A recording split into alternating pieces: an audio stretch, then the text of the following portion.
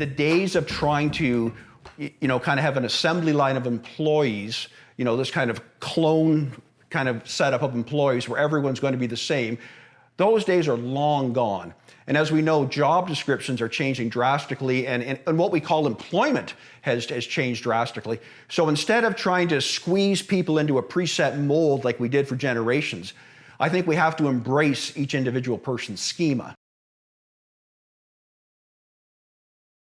We have to peel away the layers till we get to the core of the actual issue. And some people are consciously disengaged, and other people are unconsciously disengaged. Some people kind of put on a front that they don't, quote, care, simply because they have felt overwhelmed.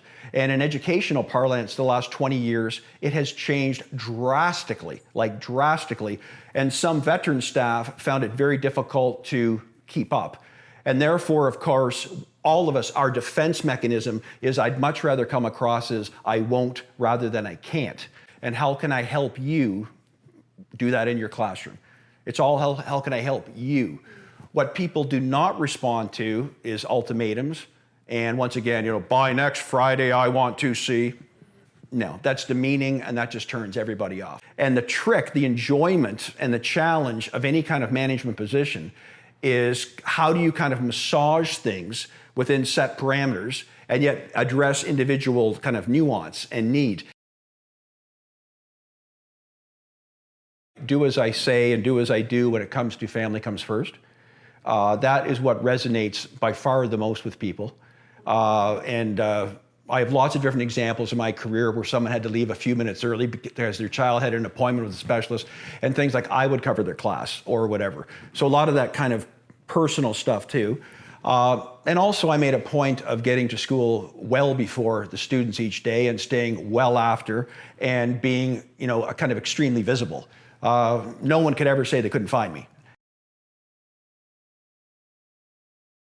A big part of leadership is facilitating and encouraging and allowing people to grow rather than standing up there trying to show how smart you are. I think so many leaders, they can't see the forest for the trees. They have a certain bias. They really like math, or they really like, equity issues, or they really like some subject, or they really like special education, or they really like whatever, but they can't see the forest for the trees. And I think leadership is all about effectively managing the forest and both identifying and respecting every tree.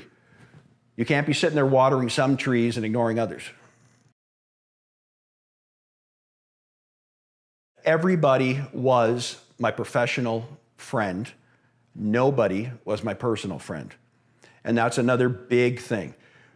And I would say to people, like the odd time if you're invited after school for a drink or something, not often, but if you are, I would say, great, really appreciate it. Now, was the entire staff invited? No. I said, well, sorry, I appreciate it. Have a great weekend, but I can't go. Because this notion that some leaders are going to go golfing or drinking with like 2 or 3 staff members, no. One circle.